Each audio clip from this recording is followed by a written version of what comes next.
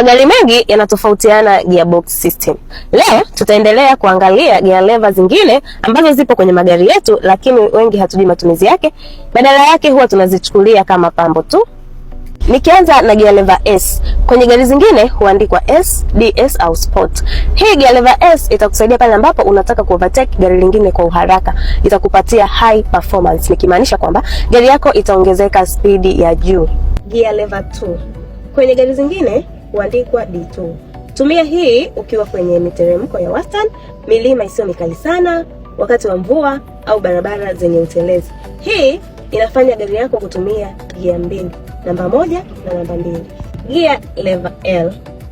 Hii kumaanisha lower gear. Tumia hii kupanda milima mikali, kushuka milima, kuvuka maji, matope na maeneo yenye michanga mingi, au hata wakati gari lako likiwa limekwama. Gia hii inafanya gari lako kutumia gia namba 1. Gear lever B. Hii kumaanisha engine braking. Tumia hii ukiwa kwenye mteremko mkali, kwa sababu hii inasaidia kupunguza nguvu kwenye engine bila kukanyaga brake. Gari hii haina gear lever N, ikimaanisha manual mode, lakini utakutana nayo kwenye gari kama Toyota Rectus new model, ambapo unaweza kubadilisha gari yako kutoka automatic kwenda manual, ikimaanisha kwamba gia zote utakuwa unazicontrol mwenyewe.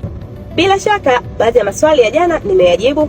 Endelea kufuatilia Ego Motors kwa elimu ya magari kila siku. Drop your comment, tuendelee kujifunza pamoja.